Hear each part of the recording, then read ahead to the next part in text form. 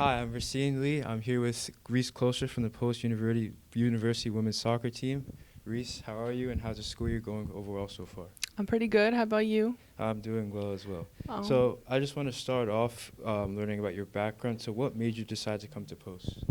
Honestly, I really liked the culture of Post. The women's soccer team when I visited was very welcoming. The coaching staff was great. I also like the smaller campus size, just because since we'll be leaving a lot for away games, um, that we can build that connection with the professors so they can understand and be more lenient with assignments. And yeah, I honestly really liked the area too. I'm obviously from Minnesota, so the East Coast is very different, and I honestly really enjoy it. I have. Yeah, and I guess tying into that, when and why did you start playing soccer? I started playing soccer because my dad played soccer.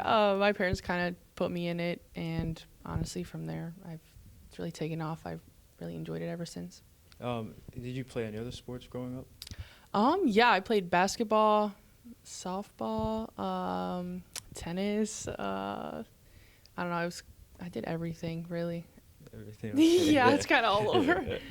So kind of shifting gears to off the field, I know that you're involved with different mental health organizations. So what inspired you to start getting involved with them? Honestly, what inspired me was I struggled a lot in high school with the pressures of just, I don't know. I started succeeding at a young age in seventh grade in middle school, and I feel like there was a lot of pressure on me from a young age to just do well.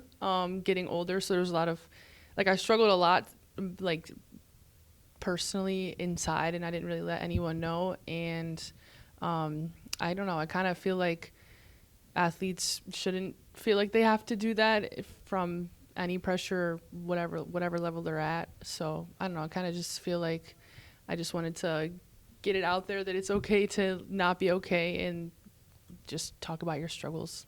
Yeah, so I guess I can relate to that as well. When I used to run track, I think it's a sport. It's one of the unique sports where you're kind of on your own, and a lot of anxiety can go into that as well. So I think it's doing a really good stuff, making awareness that you're not alone in this process. So, what are your specific roles within the mental health organizations you're involved with? Just promoting that it's okay to not be okay and to reach out to mental health. Um, Anyone who's in the mental health, I don't even know what it's. Oh gosh, what's it called? It's um, anyone who's involved with mental health, like counselors, therapists, any of that. I feel like just getting involved in getting out there and being I need help. Yeah, honestly, I did an event in high school at my graduation party. Actually, I had a little table set up my senior year, and everyone could get a little swag bag as they walked in, with Sophie's face and everything, and why I was doing this. And then this Saturday, I have an event for the Sophie Squad game, us versus Damon.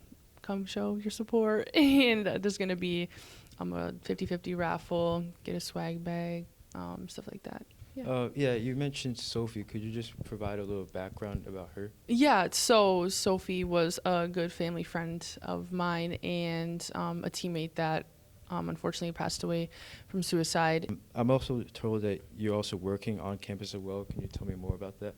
Yeah, so I'm an RA in West. This is my second year being an RA. So yeah, that's what I do. Yeah. So why did you decide to become an RA? Just honestly to get out of my comfort zone, meet other kids on campus. I feel like when I came to college, I was just more in myself, and as I've gotten older, and as a junior now, I've kind of opened up, and I feel like being an RA helped with that. Just not being embarrassed to do an event or talk to other people that I'm not familiar with. So yeah. Do you think those skills of being an RA, your experience being an RA, have translated to the soccer field, just being on a team in general? Yeah, 100%.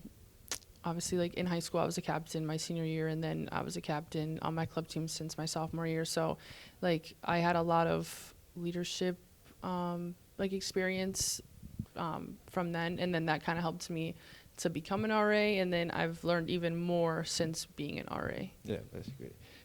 You certainly have a lot going on in your life, being an RA and being a student athlete. So, how do you find a balance in your life with all you have going on? Honestly, I don't know. I struggled a lot last year figuring out how to deal with all of it, but on top of going through like mental stuff myself.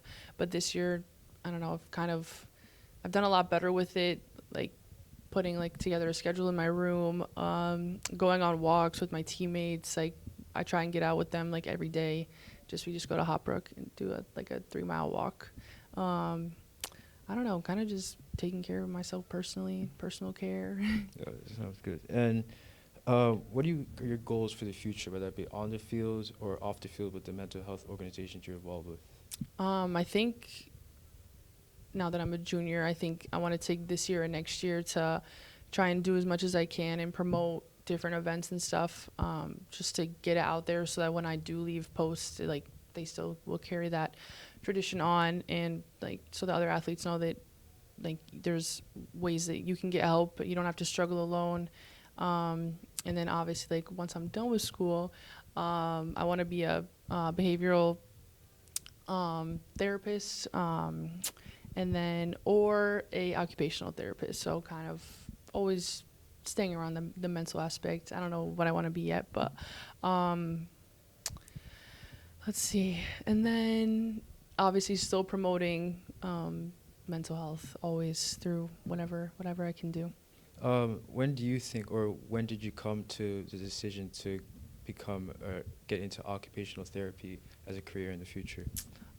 So I'm a behavioral therapist right now at the Center for Children with Special Needs in Farmington, and that's like the base level that you start at, and like I work alongside the board certified behavioral analyst, which is what I want to end up being someday, or an occupational therapist, and I also work along the occupational therapist, speech pathologist, all of that, and I don't know, kind of just like opened my eyes to be like, wow, like there's so much I can do with this, and I really like working with my kids. Like all of my kids are on the autistic spectrum, so there's like a wide variety, and they're all amazing humans, and I kind of just want to stay in that field. Yeah, okay. Is there anything else you'd like to add? No, thank you so much.